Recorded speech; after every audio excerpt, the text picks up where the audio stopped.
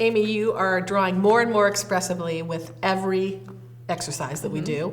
I'm really going to kind of make you uncomfortable. Okay. And we're going to draw with some non-traditional implements like whatever's around. So we have chopsticks. We're going to take the lids off the paint and try drawing with the paint.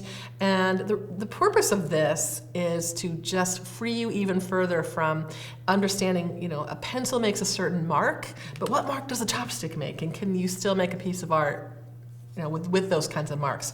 So what we have here is acrylic paint. I'm going to add enough water to turn it ink-like. Oh, if you already have fluid paint, you don't need to add water, but since my paint is not very fluid, stir it up with your chopstick. You're going to want the chopstick to start absorbing some of that pigment. It's kind of like drawing with a feather from old times. You're going to have to keep dipping it in to re-ink it. If you have sumi ink or Japanese calligraphy ink or anything like that, Chinese calligraphy ink, you could use that. Acrylic ink would be fine. Anything nice and fluid.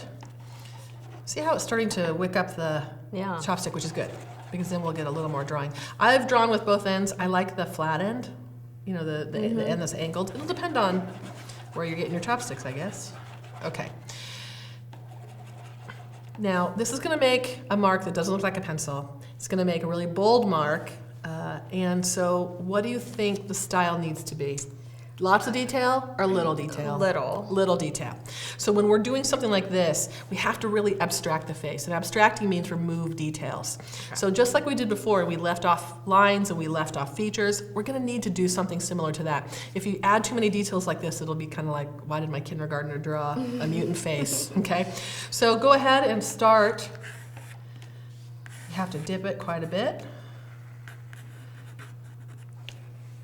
And go fast. Oh, okay. Fast. Speed up. No, don't do it too slow. Here's why I want fast. If you do it slow, you know what you do? I think about it. You think. No thinking, only doing. One of my favorite phrases when I teach class is no thinking, only doing. They'll make more paper. I'm not even going to draw a whole mouth here. I think I'm just going to do a little scribbly bit.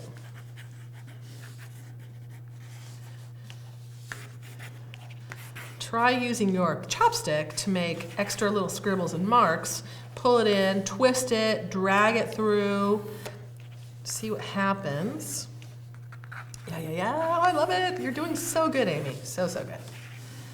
Drag it through and see what happens. You know what I would say to that one? You know what she's missing, or he? A neck. Yeah, as always. As always. The neck. People are always floating. Yeah. I think I'll do a little shoulder. I think I've done so many marks that I need to step away. I think I've almost overdone it. I like how you have not overdone it. I think you've done a really nice job. I like the doing like half. Yeah. And leaving the other half off. The way you've drawn the eye is very expressive to me. I like how you've left a gap in the iris. I don't know if you meant to do that.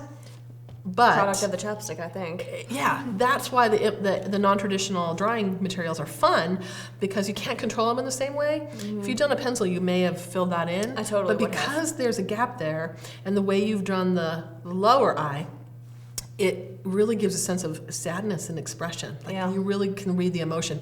That's what I aspire to. I aspire to read emotion in a single brushstroke or a single pencil stroke. That's what I want. I want that kind of power. And I think that's really powerful. Yeah, well done. Okay, set that one aside. Isn't that fun?